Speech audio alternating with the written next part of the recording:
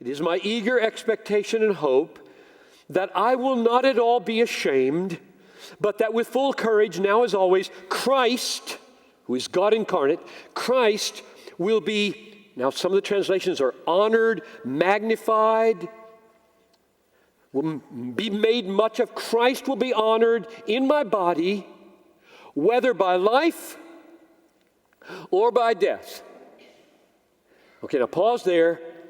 What's his goal in life? That Christ be magnified in his body.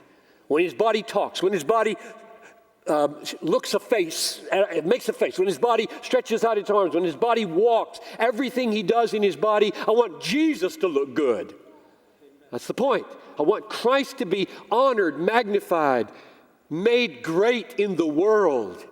That's his goal, because that's the goal of the universe. I'd take an hour to defend that statement if this were a seminar, but we just sum it up. So here's his goal. I want Christ to be magnified. Now the next sentence begins with for and explains and underpins how can that be? How can Christ be magnified when you die and when you live? So I'm just going to take the die piece because it's the one that's clearest, okay? Let's see them both, though, as we read it. For to me to live, and that corresponds with whether by life, is Christ. And to die, and that corresponds to or by death in verse 20, is gain. Now, ponder with me. This is what we do at Bethlehem. We read text and then we ponder, meditate, think. My goal is that Christ be magnified. So that's the first half of Christian hedonism. God, or Christ, who is God, is most magnified in Paul when... Okay, now where are you getting Paul is most satisfied in him? And I'm getting it from the word gain in death. So think with me. Paul says, I'm going to magnify Christ at any cost in my life and death. So I'm going to magnify him in my death. For to me to die is gain. Just think it through for a minute. How does that work? How is Christ made to look magnificent in the death of a human being? Answer, if the human being counts death gain.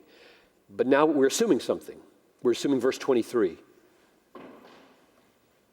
I'm hard-pressed between the two, that is, living and dying.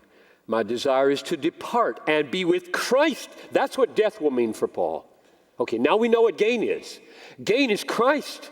Gain is more of Jesus. Now I have his Spirit, but I live by faith and not by sight. I look through a mirror dimly now. I want him whole, clear, and crisp, and verbal, and tactile. I want all of him. And I want to be done with sinning so I can see him clearly. And Paul says, that's what happens when I die. And therefore, now, let me fill it out. I lose everything on the planet. If he were married, like I am, he would say, I'm going to lose my wife. I'm going to lose my children. I'm going to lose my grandchildren. I'm going to lose retirement plans. Whatever that is. I'm going to lose. Death means it's over. It's over. Everything you felt, everything you touched here is going away. There will be a resurrection someday, but death, you're being stripped of your body. This is very painful. And he says, when I consider all that I'm losing here, which was once gain to me, and gaining Christ, I say, such a deal.